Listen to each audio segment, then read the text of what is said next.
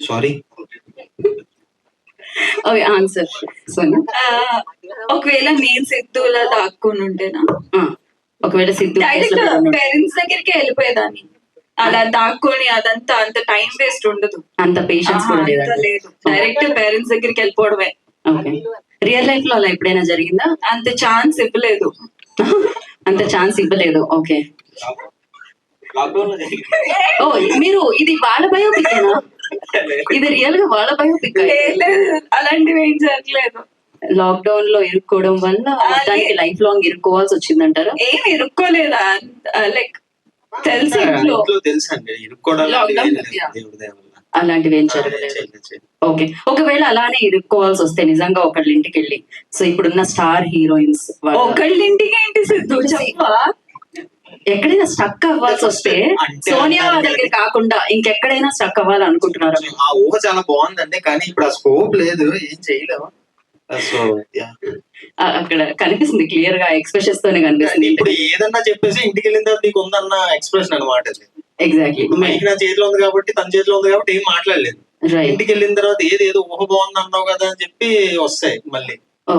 10 సామాన్లు ఎక్స్ట్రా వస్తాయి కడగడానికి. ఓకే, అలా జరుగుతుందా ఇంట్లో? ఇప్పుడు అర్థమైంది, మాకు రోల్ రివర్స్ అనమాట అయితే ఖచ్చితంగా. అండ్ ఇంకొకటి ఫైనల్ క్వశ్చన్ ఏంటి అంటే, ఇప్పుడు మేమందరం స్టేజ్ మీద ఉన్న వాళ్ళందరం చూసాము, స్టేజ్ కింద వాళ్ళందరూ చూసారు, లైవ్ లో వీక్షిస్తున్న వాళ్ళందరూ చూసారు శశిమదనం. బట్ మీరు విరూపాక్ష చేశారు, చాలా మంది ఫ్రెండ్స్ ఉంటారు.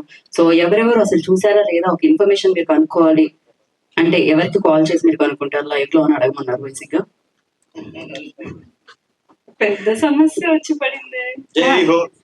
అంటే సోనియా గారు ఫోన్ తీసుకొస్తే ఇప్పుడు అర్థం అవుతుంది ఆవిడ ఫ్రెండ్ ఎవరు అని చూసారా? యాక్చువల్లీ ఇంట్లో మర్చిపోయాను.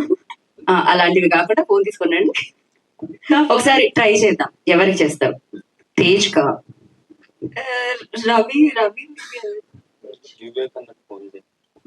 బట్ ఆఫ్ ది స్క్రీన్ కాదు, ఆఫ్ ది మీరిద్దరు మాట్లాడుకోమని లేదు, ఎవరితో అయినా మాట్లాడండి ఫోన్ చేసని చెప్పాం.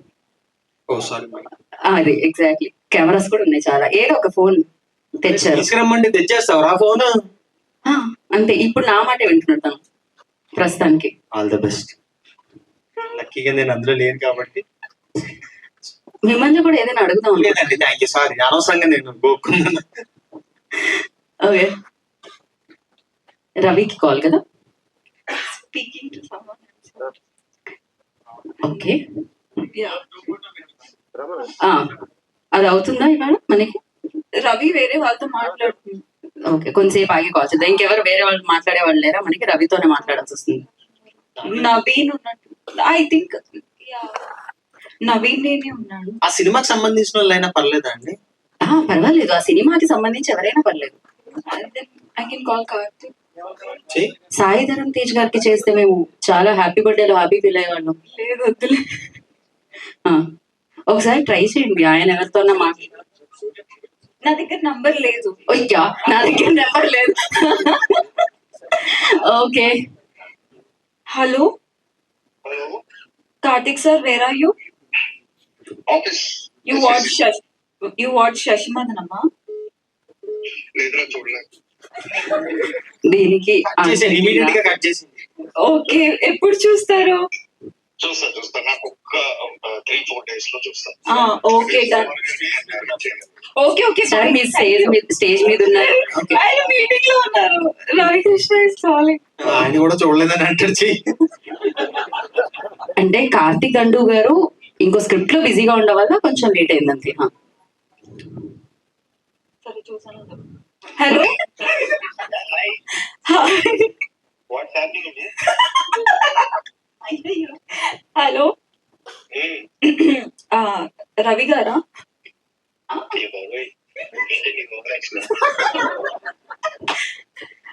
సరే, శశిమదనం చూసావా?